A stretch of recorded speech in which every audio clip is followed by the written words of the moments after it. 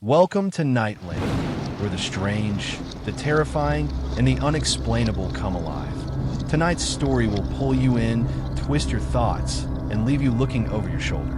Subscribe, settle in, and let's walk into the dark together. Have you ever wanted something so badly that you'd give anything to get it? Love, health, a second chance. Be careful what you wish for, because some things come with a price you can't see until it's too late. This is the story of a girl who went to a secret market at midnight. She only wanted to save her mother, but the market wanted something in return, something she could never get back. Alara loved her mother more than anything. Her name was Lillian. She was kind, warm, and always sang when she cooked. But one day, Lillian got very sick. The doctors said there was no cure. She won't live past the week, they told Alara. Alara cried every night. She searched everywhere for help.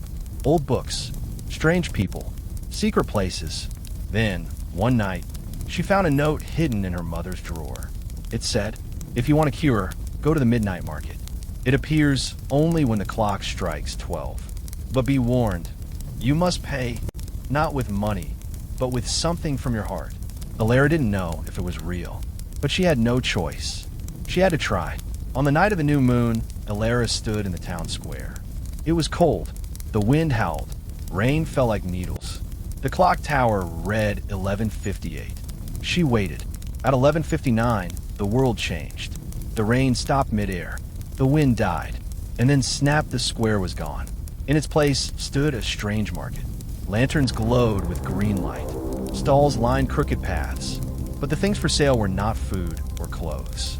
One stall sold bottled laughter. Another sold jars of tears. A man sold dreams in little glass balls. This was the midnight market. Alara walked slowly, her heart pounding. She saw a woman with no eyes, just smooth skin where eyes should be. Looking for something, the woman asked. "I need a cure," Alara said. "For my mother." The woman smiled. "Ah, the heart's balm. It can save her, but it's not cheap." "How much?" "We don't take money here. We take memories, or years of your life, or a piece of your soul." Alara froze. "A memory?" "Yes, your most precious one, the one you love the most. You give it up and you'll never remember it again." Alara thought of her mother, of birthday cakes, of bedtime stories, of the time she fell off her bike and her mother held her and sang until she stopped crying. She couldn't lose those, but her mother was dying. She walked deeper into the market. At the center stood a tall black tent. A sign above it read, "The Cure." A tall figure stepped out. It wore a dark blue cloak. Its face was hidden. "You want the bomb?" it said. "Yes," Alara whispered. "Please. She's all I have. The price is your most cherished memory of her." Alara closed her eyes. She thought of her 7th birthday. It had rained all day. The power went out.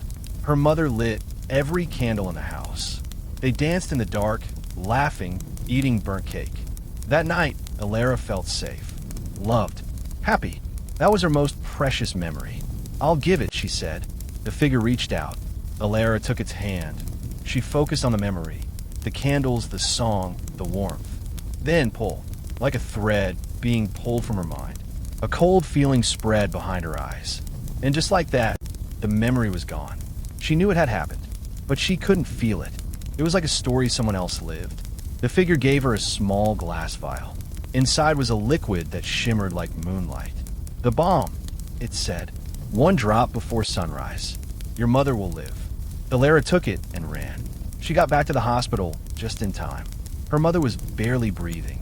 Alara opened the vial and placed one drop on her mother's lips. Nothing happened for a few seconds. Then, her mother gasped. Her eyes opened. Color came back to her face. She sat up. "Alara," she said. "What happened?" "You're okay." Alara cried, hugging her. "You're going to be okay." The doctors were shocked. They called it a miracle. But Alara knew the truth. Her mother got better fast. Too fast. She was stronger, younger. Even her hair looked thicker. But something was wrong. She didn't remember things. "Do you remember my 7th birthday?" Alara asked. "The one with the candles and the burnt cake?" Her mother smiled. "I don't think so, but you were there.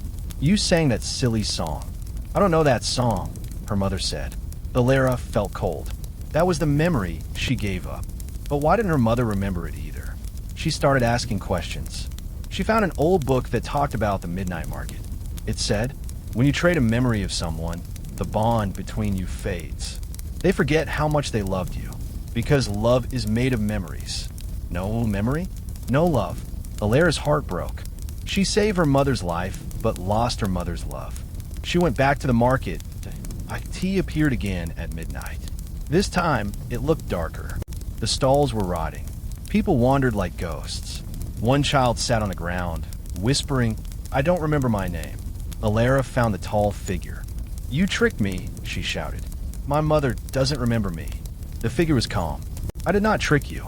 You traded the memory that tied you to her. Without it, the bond broke.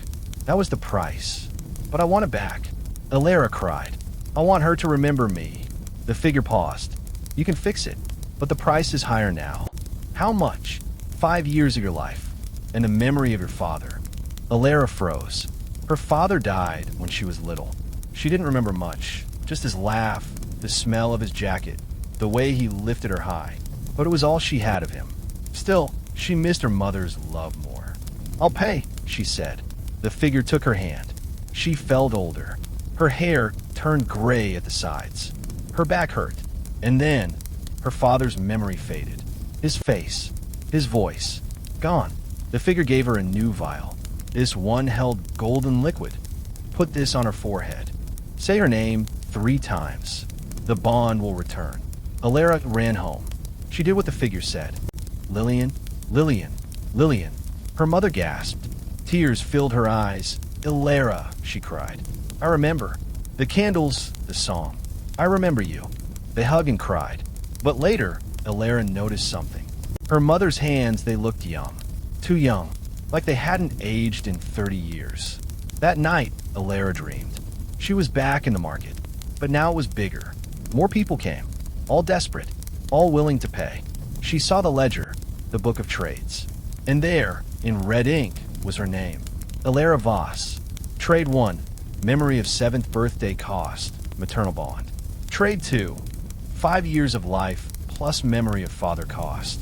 Reconnection. Outstanding debt. 1 soul due at death. Her soul. She woke up screaming. She read more. Found an old diary from 1843.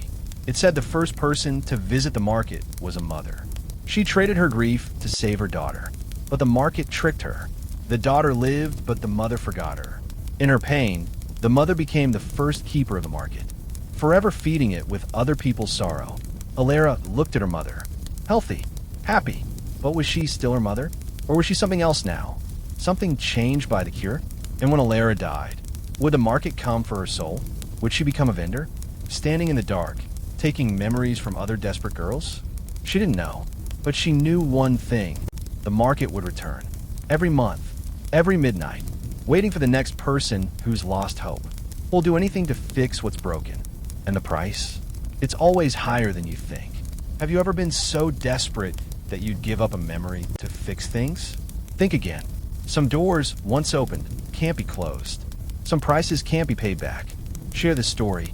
Tell it to a friend. Talk about the cost of miracles. Warn others about the midnight market. Because it's not just a story. It's a warning. And if you're ever standing in the rain at midnight, and the world goes quiet, and the clock strikes 12, run. Don't look back. Don't go into the market. Because once you enter, you may never leave. And the thing you love most may forget you ever existed. The midnight market is always open. But the real horror isn't what it sells. It's what it takes and what it leaves behind.